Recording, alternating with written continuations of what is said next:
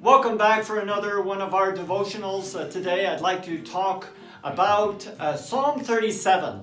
And my theme is when you doubt that your life matters. So does my life matter? And I think many of us have had to start thinking about this question a little bit. And it's really an issue of relevance, right? Is my life relevant? And I think that I've had to be honest with you today, I've had to do a lot of this kind of thinking in my life. How am I relevant? Or how is our church relevant, actually? So, it's kind of really about replanning my life and where I'm putting my time and my efforts. And I think that this is something that my wife and I have had to have, we've done a few times in our lives. And so let's take a little bit of wisdom away from this psalm, from Psalm 37. So I start reading.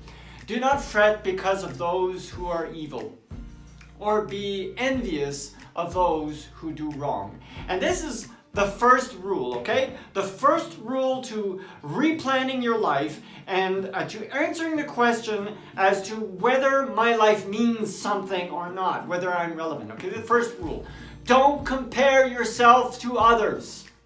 All right? Don't compare yourself to others. The original word here in the Hebrew describes someone who gets all hot thinking about something, okay? So the idea here is don't get all heated up over what other people are doing and saying or how they're succeeding and so on. Verse 2 goes like this: for like the grass, they will soon wither. Like green plants, they will soon die away. Rule number 2, learn to have an eternal perspective. Try to develop God's perspective on things. Your life, is but a drop in the bucket. Family and I were reading together. We decided to start right at the beginning with Genesis. And, all of these people who at the beginning there, they live 900 years plus. And, think of it from that perspective kind of thing. All of these things will pass. Begin to see things from God's perspective.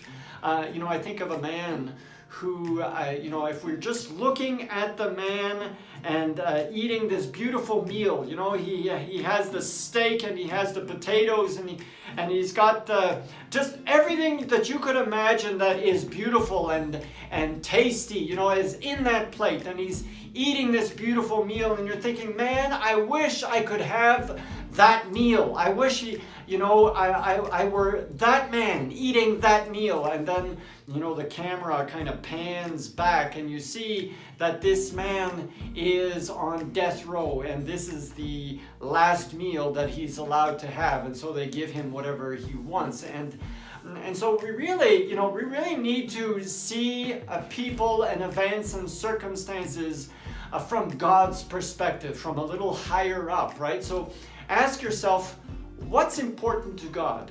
Seek first the kingdom of heaven, and all these things will be added on top. But seek first for the perspective of God in your circumstance. Verse 3 goes like this: trust in the Lord and do good. Dwell in the land and enjoy safe pasture. Principle number 3, get on with life. Don't wait for it to happen to you. Get on with life. I like to use this expression, get the car moving. In Ukraine, there was these cars, they called them Zhiguli. And, they sold them in Canada for a while. They're the Ladas, the little boxes there, the little Lada cars. And, these cars don't have power steering. So to try to get them to move, or try to turn the steering wheel without moving is really difficult. And this is kind of like what life is. You got to get things moving. You got to start doing something, and God then is able to make mid-course corrections. But But, you can't just sit there and wait for, life to happen to you, to wait for that direction to happen. But you need to get moving. You need to do something. And Francis of Assisi, one of my favorite quotes, is go into all the world and preach the gospel and use words if necessary. Do something. Find something to do and get on with life. And the next part of that verse is dwell in the land. Dwell in that land, in that place where God has set you. Many people think that if only I could live, in another situation, if God would just change the situation. Actually, no, you would bring yourself to that other situation. Whatever issues that you have, you think, well, I need a new career. I need a career. If only I had this new career. Well, you would bring yourself to that new career, and you would bring your issues and your hang-ups to that new career. If only I had a new relationship. The relationship is going to just fix everything. No, you're going to bring yourself to that relationship. Dwell in the situation that God has put you and begin to feed on God's faithfulness. God is faithful in your life, and if you think back and you start remembering how God has been faithful, you need to bring that up and chew on that again. I think of the cow.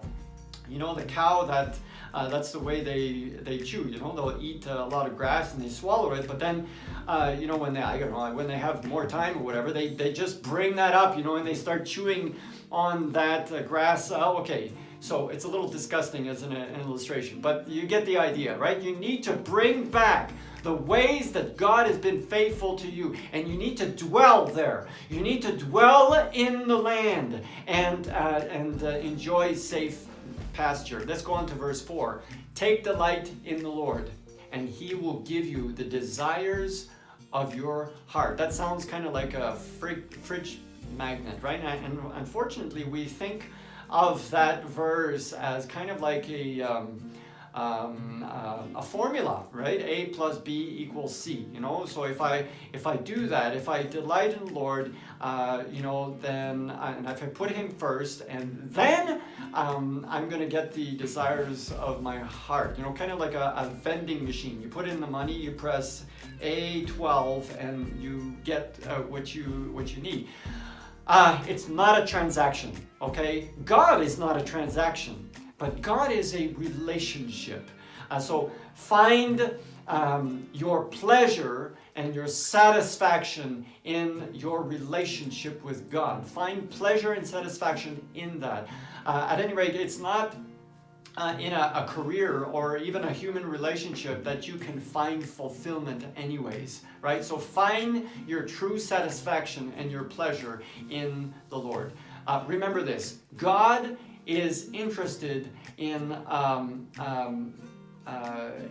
wholesome and desirable things in this world.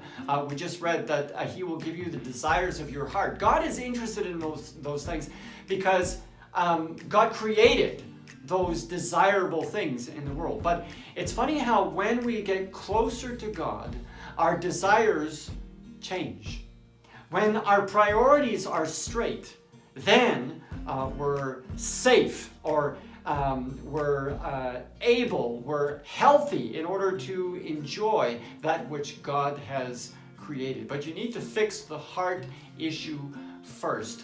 Let's finish with the last couple of verses. Well, it's not the last couple of verses. There's 40 verses in this psalm, but I'm just reading the first 6 or 7. Commit your way to the Lord. Trust in Him, and He will do this. He will make your righteous reward shine like the dawn, your vindication like the noonday sun. Be still before the Lord and wait patiently for Him. Justice and righteousness are high on God's agenda. If it's important to God, it should also be important to us. So, does my life matter?